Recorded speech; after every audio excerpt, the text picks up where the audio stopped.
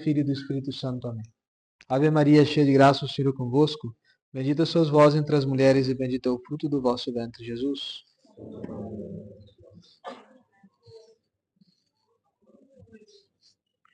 Em nome do Pai, do Filho e do Espírito Santo. Amém. Queridos fiéis, hoje é o domingo depois da ascensão de nosso Senhor Jesus Cristo.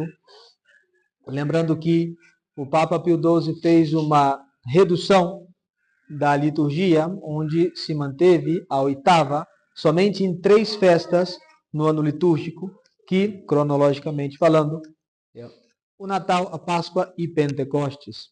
Contudo, algumas festas de importância, como a circuncisão, a Epifania, a Ascensão de Nosso Senhor, Corpus Christi, essas festas mantiveram um certo espírito da oitava, como era numa legislação antiga. Por isso, hoje os senhores podem encontrar o nome do domingo de hoje, o nome da domingo infra-oitava da Ascensão, que, no final das contas, a oitava é aquela extensão da festa para que nós contemplemos durante um pouco mais de dias os mistérios que Nosso Senhor revela por meio da sua igreja. Antes de esboçar um comentário sobre o domingo de hoje, quero dar 2 avisos. Primeiro, a intenção dessa missa.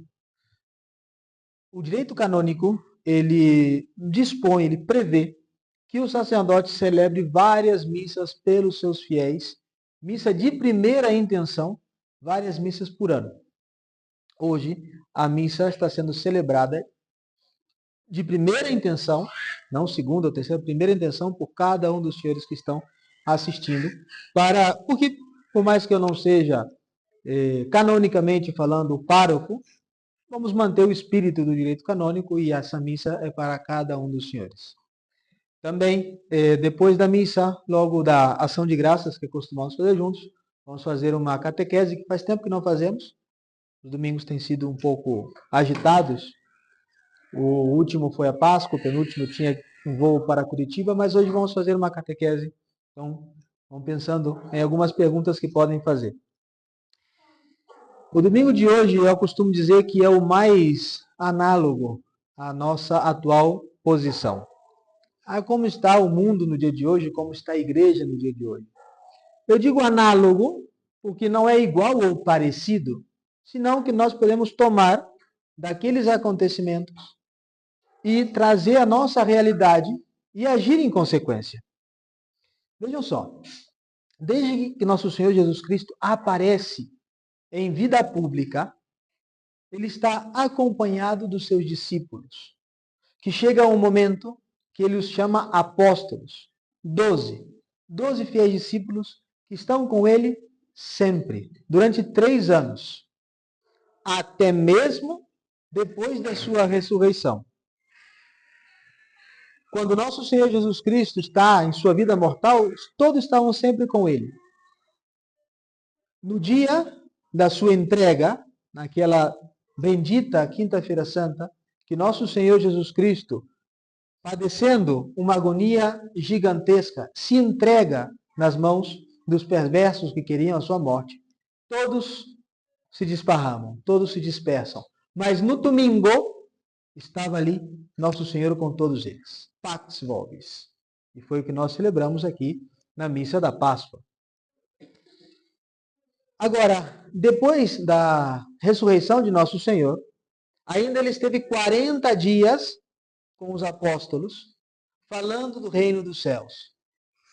Um detalhe interessante dessa parte, que aqui no Brasil, que nós temos essa mazela dos protestantes, que tem tantos, que falam da questão de que somente o que está escrito vale, eles de fato desprezam as palavras de nosso Senhor, aquelas palavras que não estão escritas. Porque nos Atos Apóstolos, que nessa época do ano é o que mais abunda na liturgia, quando nosso Senhor aparece aos seus apóstolos durante o tempo da sua ressurreição até a sua ascensão, ele não está conversando de coisas bobas. Ele está instruindo os apóstolos nas últimas coisas. E como isso chega até nós? Por tradição oral. Não existe uma posição dentro dentro do que amplamente e impropriamente se chama cristianismo, não encontramos uma postura tão contraditória quanto aquela de Lutero, que somente o que está escrito vale. O que foi trazido por revelação, por tradição oral, melhor dito, não vale nada. Primeiro que isso vai contra a mesma ideia da Escritura.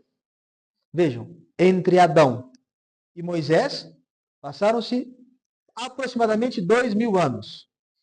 Como Moisés teve conhecimento do que aconteceu em toda a história do mundo até chegar a ele? Por tradição oral. O primeiro evangelho escrito foi o evangelho de São Mateus, data do ano aproximadamente do ano 50. O resto foi tudo tradição oral. E essa parte que nosso Senhor está com os apóstolos falando do reino dos céus chega até cada um de nós pelos apóstolos por tradição oral. Agora, naquele domingo que houve entre a ascensão e a vinda de Pentecostes, qual foi o segredo para que os apóstolos mantivessem a vida espiritual? Porque lembrem-se que os apóstolos já eram bispos, mas a igreja ainda não tinha sido promulgada. Nosso Senhor Jesus Cristo, Deus e homem verdadeiro, funda a igreja nos seus 3 anos de pregação evangélica. Contudo, a promulgação de tal igreja no dia de Pentecostes. Ali é onde São Pedro se torna o primeiro papa da história, ali é onde os apóstolos recebem a confirmação em graça e tantas outras coisas que transformaram o mundo. Que a igreja transformou o mundo por meio desses 12 pescadores. No caso ali 11 só ainda, né? Então, nós devemos procurar a seguinte analogia. Em toda a história, sempre tivemos o Cristo conosco. Assim como os apóstolos sempre tiveram a Cristo junto com ele, inclusive imediatamente depois da sua paixão, morte e ressurreição, no dia do Senhor, no dia do domingo. Hoje, a missa de hoje é a missa mais análoga à nossa posição sede vacante. Porque nós reconhecemos que não temos o Cristo, o doce Cristo na terra, que é o sumo pontífice. Isso nos dá certo medo, de verdade. Nos dá aciona na nossa alma aquela paixão da fuga. Por quê? Porque não gostaríamos de passar por isso. Ali nos Atos Apóstolos dizem que os apóstolos estavam ali reunidos e escondidos por causa do medo dos judeus. Nós padecemos também esses medos, essa paixão da fuga. Por quê? Porque não gostaríamos de passar por isso. Não estamos contentes, alegres, porque a igreja está perseguida, porque a igreja está infiltrada, porque Roma hoje é a cátedra do erro. Não, de maneira alguma. Mas devemos agir em consequência. Ponto crucial da passagem do dia de hoje, desse domingo que podemos imaginar como foi, é a presença da Santíssima Virgem Maria. Os apóstolos e os discípulos perseveravam em oração, unidos a Maria, a mãe de Jesus. E agora vamos dar um pulo de quase 2000 anos na história. A aparição de Fátima. Estamos no mês de maio, no último dia 13 de maio, celebramos a primeira aparição da Santíssima Virgem Maria aos pastorinhos. Conhecemos muito bem a história, sabemos da mensagem e devemos atender a uma particularidade e uma sutileza grandíssima da aparição de Nossa Senhora de Fátima. Ela veio pedir reparação, correto? Sim, ela veio pedir reparação. Quando nós reparamos pelos pecados, já seja próprios ou dos demais, nós oferecemos a Deus um ato de virtude, um ato de oração. E o que mais podemos oferecer a Deus como reparação que uma missa, que uma comunhão? Quantas missas Nossa Senhora pediu para os pastorinhos assistirem? Nenhuma. Quantas comunhões reparadoras ela pediu aos pastorinhos? Que eu saiba. Quantas horas de adoração ao Santíssimo Sacramento? Que, inclusive, lembremos, 1917, Os menores povoados da Europa tinham 4, 5 ou 6 sacerdotes. Por que será que Nossa Senhora não pediu algo que então era tão fácil? Eu tenho certeza que por espírito maternal, que essa mensagem consolasse os nossos domingos sem Nosso Senhor. Esse domingo, infra-oitava da Ascensão, que estamos, sim, reunidos, com essa tristeza, porque somos desterrados. Vejam a quantidade de igrejas que nós temos aqui na capital de São Paulo. Lindíssimas, belíssimas. Estamos desterrados. Aquelas igrejas são nossas. E estão tomadas pelos hereges. E, mais que nunca, se aplica no mundo inteiro aquela frase emblemática de Santo Atanásio. Eles têm os templos, sim, mas nós temos a fé, que é o que santifica e dá valor ao templo.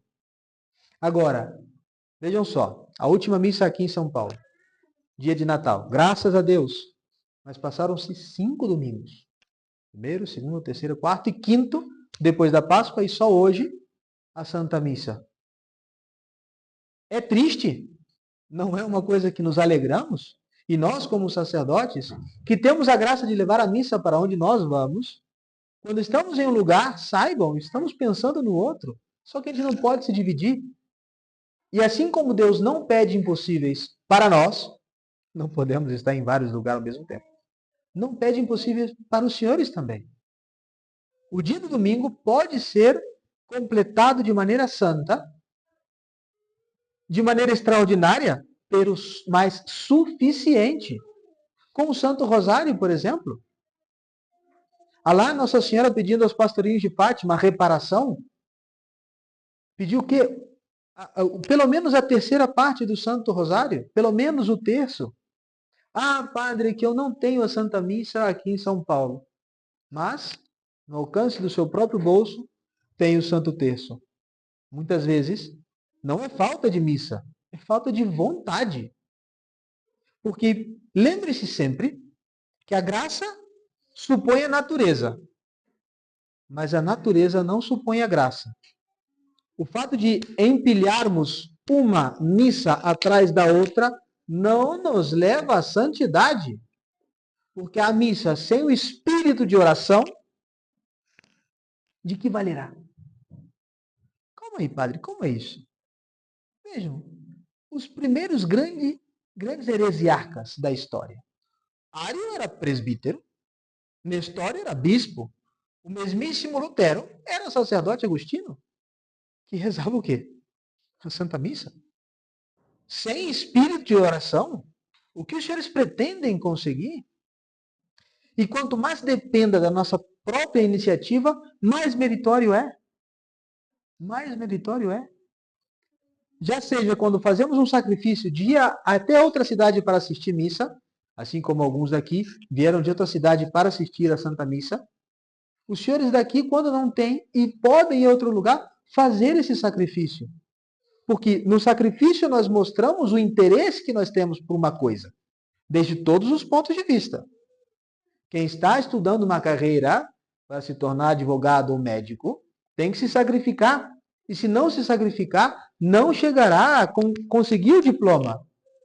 E no sacrifício ele mostra o seu interesse, e o diploma é a coroação de tal interesse.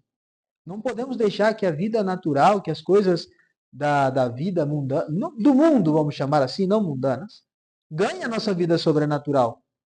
Coisas lícitas, coisas boas, devemos procurar o sustento dos nossos corpos, mas não podemos abandonar o sustento das nossas almas. E lembre-se, Deus não pede impossíveis. Ele pede coisas difíceis, mas nos dá os meios. Assim como ele esteve um domingo sem os apóstolos, nesse domingo, entre a Ascensão e Pentecostes, assim como ele provou a fidelidade dos apóstolos, ele deu as graças necessárias e as indicações. Fiquem no cenáculo, permaneçam em oração, juntamente com minha mãe, eu enviarei o Espírito Santo. Como nós vamos praticar isso? Nós devemos ficar dentro da igreja. Mas dentro da igreja, não como um templo, como paredes, tijolo e cimento, senão dentro do espírito católico. Ser católicos. E mantendo essa fidelidade, mantendo essa essa fé em nossas almas de maneira invariável, chegará o tempo da promessa. Chegará o tempo do prêmio. Pode ser no último instante das nossas vidas, mas Deus não falhará. Deus é o primeiro em cumprir as suas próprias promessas. Deus nunca vai deixar de cumprir algo que Ele promete. E Ele prometeu a cada um dos senhores, se são fiéis à graça, terão a vida eterna. Que não por outra coisa estamos aqui. Agora, não podemos confundir procurar a vida eterna ou procurar os próprios desejos. Porque muitas vezes, principalmente as pessoas que vieram de Fraternidade São Pio X, IBP, ou coisas assim, que têm certa facilidade, ficam assim como uma espécie de embriaguez sobre a missa, um certo até mesmo delírio, como se a missa sem a fé valesse de alguma coisa. Vejam só, quando começa o cisma do Ocidente, quando a Igreja Ocidental se separa da fé católica, eles mantiveram os sacramentos válidos, mas não tiveram nem um santo mais. Não tiveram mais santos. O Santo Atanásio, os santaços lá da Igreja Oriental, desapareceram. Aí tiveram que santificar um Adão e Eva, inventaram alguns santos do Antigo Testamento, mas santos ali que produziram milagres não houve mais. Por quê? Porque não tinham a fé. Tinham de fato os sacramentos, Deus estava ali preso nos sagrários heréticos e cismáticos, sim, mas isso não santifica se não tem a fé. Então vamos pedir à Santíssima Virgem Maria, que é a Virgo Fidelis, que é o espelho de justiça e é o nosso maior exemplo de fé sobrenatural, que nos ajude a praticar a fé em cada domingo, já seja com a missa, já seja com o Santo Rosário. Ave Maria Puríssima. Pai, do Filho e do Espírito Santo.